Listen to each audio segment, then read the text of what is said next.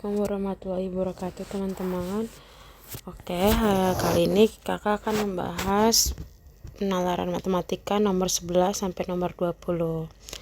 Di sini di nomor 11 dikatakan terdapat 64 kotak yang diberi nomor mulai dari 1 sampai 64. Kotak tersebut diisi kelereng warna merah dan warna putih dengan aturan sebagai berikut. Mulai dari nomor 1 sampai 64 itu diisi kelereng merah. Kemudian bilangannya ganjil, dimulai dari satu kelereng secara berurutan, sedangkan kotak 64 sampai 1 diisi dengan kelereng putih. Dengan bedanya ada 3, dimulai dari satu kelereng. Pertanyaannya adalah, jika U ini menyatakan banyak kelereng putih pada kotak ke N, maka UN adalah kelereng putih itu tadi pernyataan yang kedua ya. Di sini lihat. Sebaliknya kotak nomor 64 sampai 1 diisi kelereng putih ya kan. Nah, berarti di sini yang ditanya kita cari tahu dulu nih, A-nya itu adalah itu kan ngomongin tentang suku pertama, A-nya 1. Karena di kelereng putih itu diisinya dimulai dari angka 1. Bedanya itu adalah 3. Karena di sini dikatakan bedanya adalah 3. Berarti karena pengisian dimulai dari belakang, berarti indeks sukunya adalah 64 dikurangin N ditambah 1. Kan rumus baris aritmatika seperti biasa ya, A plus N dikurang 1 kali B. Kita masukin A-nya kan tadi 1, N-nya itu adalah 64, lalu kemudian dikali dengan 3. Ya. Nah, berarti ini sama dengan UN sama dengan 1 ditambah 192 dikurangin 3N. Berarti jawabannya itu adalah yang A. Kemudian nomor 12. Klik pada kolom di sebelah kanan pernyataan yang sesuai dengan jawaban. Yang pertama, banyaknya kelereng pada kotak nomor 64 adalah 128. Di sini banyaknya kotak itu kan ada 64. Kemudian banyaknya kelereng merah pada kotak ke N itu adalah 2N dikurang 1. Sedangkan banyaknya kelereng putih pada kotak ke N itu adalah 193 dikurangin 3N. Berarti kalau ditanya banyaknya kelereng pada kotak 64 adalah N-nya ini kita ganti dengan 64. Berarti jawabannya adalah 128. Jadi ini benar. Kemudian yang kedua, banyak kelereng putih pada kotak nomor 4 adalah 181. Tadi rumusnya kan 133 dikali 3 dikali 3N yang ini ya. Nih. Berarti N-nya kita masukin dengan angka 4. Maka jawabannya sama dengan 181. Berarti ini juga benar. Kemudian selisih kelereng merah dan putih pada kotak nomor 11 adalah 140. Kita lihat nih kotak nomor 11 kan, berarti tinggal dimasukin N-nya menjadi angka 11, jawabannya 160. Kotak warna merah itu tadi rumusnya 2N dikurangin 1. Berarti kan 2 dikali 11 dikurang 1, jawabannya 21. Tinggal kita kurangin 160 dikurangin 21. Jawabannya adalah 139, berarti ini salah. Selanjutnya soal nomor 13. Jika setiap kotak dimulai dari kotak nomor 1 diisi kelereng hijau, sejumlah bilangan genap dimulai dari 2 kelereng secara berurutan, maka jumlah kelereng pada kotak nomor 5 sampai nomor 7 adalah berarti di sini jumlah kelereng merah dan putih pada kotak ke N itu kan UN sama dengan 192 dikurangin N. Kelereng hijau membentuk barisan bilangan genap. A-nya itu 2, B-nya itu adalah 2. Di sini dikatakan bilangan genap dimulai dari 2. Rumus suku ke N bilangan hijau adalah A-nya itu kan tadi 2 ditambah N-nya itu adalah 2 dikurangin 1 dikali dengan bedanya, maka jawabannya 2N. Nah, jumlah kelereng dalam satu kotak itu kan berarti merah ditambah putih ditambah hijau. Berarti tadi kita masukin rumus merah dan putihnya itu 192 dikurangin N ditambah 2N. Kemudian kita tinggal hitung kotak nomor 5 sampai 7, tinggal N-nya itu diganti angka 5, 6 dan angka 7. Ini kita kasih angka 5 karena kotak ke-5 hasilnya 197, kotak ke-6 198, kotak ke-7 199 kita jumlahkan maka dapat hasilnya 594. Selanjutnya soal nomor 14. Toko serba tepung menerima kiriman tepung dari 3 distributor untuk dijual kembali. Jadwal penerimaannya adalah sebagai berikut.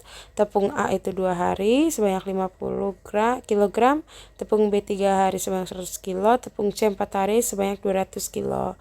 Pada tanggal 1 April, toko tersebut menerima kiriman tepung merek A, B, dan C secara bersamaan pertama kali. Mulai 1 Mei, kiriman tepung merek C ditambah menjadi 300 gram. Pertanyaannya, total kiriman semua tepung merek yang diterima toko serba tepung pada bulan Mei 2024 adalah yang ditanyakan bulan Mei. Berarti kita harus tahu dulu Mei itu ada berapa hari. Jawabannya adalah 31 hari. Jadi kita tahu dulu nih merek A, B, C itu dalam bulan Mei itu dikirim berapa kali. Jadi 31 dibagi dengan 2. Kenapa 2? Karena dikirimnya per 2 hari.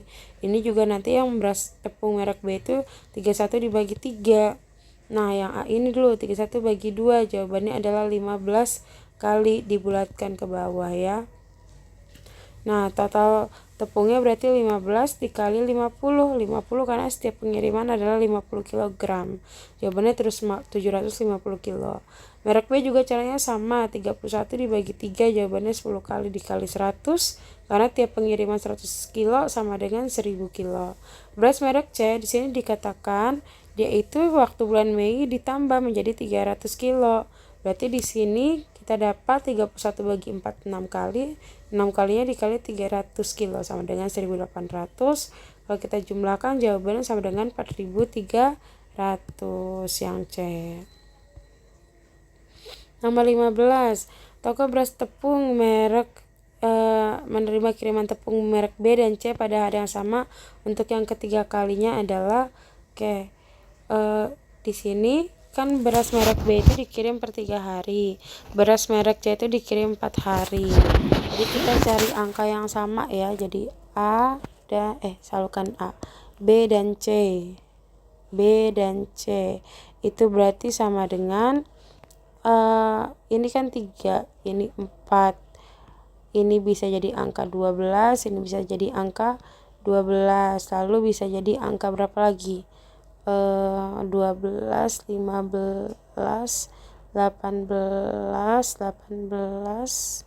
tambah 322 tambah kelipatan 3. Nah setelah 12 berarti kita menemukan angka yang sama itu 24. Nah kan pertama kali diterima bersama-sama tanggal 1. Nah berarti ini adalah yang kedua kali. Nah ini adalah yang ketiga kali. Jadi caranya 1 April ditambah 24 sama dengan 25 April.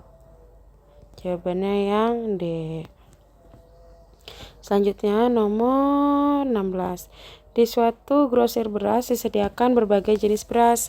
Salah satu beras yang dijual oleh pedagang grosir itu adalah beras mentik wangi. Data pasokan dan terjual beras mentik wangi tiap hari pada 1 minggu disajikan dalam diagram berikut. Nah, disuruh membahas pernyataan. Pada minggu itu terjadi kekosongan stok pada 3 hari. Oke, kita lihat ya. Dari tabel, kalau kita lihat di sini kan disediakan tabel perhitungan ya. Nih, berdasarkan dari si diagramnya ini, kita bikin tabel yaitu nomor 16 nih jawab apa sih pertanyaannya? Tiap hari dalam 1 minggu disajikan dalam diagram berikut. Di sini tidak ada soalnya ya nomor 16 ya. Tapi di sini ada pembahasannya. Disuruh kalau kita lihat pembahasan di sini mencari mana sih stok beras mentik yang paling banyak, yang terbanyak. Jawabannya adalah yang pada hari Rabu. Oke, nomor 17. Kita lihat pada hari Minggu itu terjadi kekosongan stok pada 3 hari. Pada hari Minggu itu terjadi kekosongan stok. Dari tabel stok akhir sama dengan 0. Terjadi pada hari Kamis, Sabtu, dan Minggu. Berarti jumlah jumlah stok kosongnya itu ada 3 hari, maka jawabannya adalah benar. Nah, ini kalau kita lihat kan, ini Kamis, ini Sabtu, ini Minggu. Kemudian pernyataan kedua, stok beras mentik wangi pada minggu itu sebanyak 5 ton pada hari Selasa dan Rabu, gitu kan. Kalau kita lihat Selasa itu ada 4 ton, kemudian hari Selasa 4 ton, sedangkan Rabu itu 6 ton, berarti ini jawabannya salah. Rata-rata stok beras mentik wangi per hari Minggu itu adalah 3 ton. Oke, kita lihat. Berarti ini kita jumlahkan dulu ya. Oke, untuk menyelesaikan soal nomor 3 ini kita jumlahin 2 ditambahin 4, 6, tambah 6, 12, tambah ini 14 dibagi 7. Kenapa bagi 7? Karena ada 7 hari tuh, 2, 3, 4, 5, 6, 7 sama dengan 2 ton. Berarti ini jawabannya salah. Selanjutnya nomor 18. Diagram berikut menampilkan data mengenai jumlah pekerja lepas di dua kota, yaitu A dan B pada tahun 2024 berdasarkan lulusan SD, SMP, dan SMA. Diketahui populasi pekerja lepas di kota A itu 15.000, kota B 10.000. Dari semua pekerja lepas lulusan SMP di kedua kota, persentase yang tinggal di kota A adalah, di sini udah dibuat tabelnya ya, baik itu SD, SMP, SMA. Diketahui pekerja lepas lulusan SMP di kota A itu 4.200 orang. Jumlah pekerja lepas lulusan SMP di kedua kota itu adalah 8.400. Persentase pekerja lepas di lulusan SMP yang tinggal di kota A. Berarti jumlah kota A, jumlah penduduk di kota A dibagi dengan jumlah kedua kota. Berarti kan 4.200 per 8.400 dikali 100%. Berarti jawabannya adalah 50%. Kemudian nomor 15, jika seseorang dipilih secara acak dari kedua kota, peluang yang terpilih adalah pekerja lepas lulusan SMP atau SMA adalah, berarti ini yang ditanyakan peluang ya. Jadi kalau misalnya ditanya peluangnya berapa, kita lihat yang A-nya ada berapa dulu. Jadi peluang itu A ditambah dengan B. Nah, berarti ini 8.400 dibagi 25.000. Kenapa 25.000? Karena ini ngomongin tentang kedua kota. Berarti kita jumlahin 15.000 ditambah 10.000. Ditambah 2.200 itu punya yang B, ya kan? 2.200 punya yang B dibagi 25.000. Maka nanti dapat hasilnya sama dengan 53 per 125. Nomor 20, diketahui jumlah pada tahun 2024 terjadi kenaikan jumlah pekerja lepas lulusan SD di kota A sebanyak 20% dari tahun 2023. Sedangkan asumsi populasi jumlah pekerja lepas lulusan SMA dan populasi pekerja lepas di kota A tetap. Maka persentase siswa SMP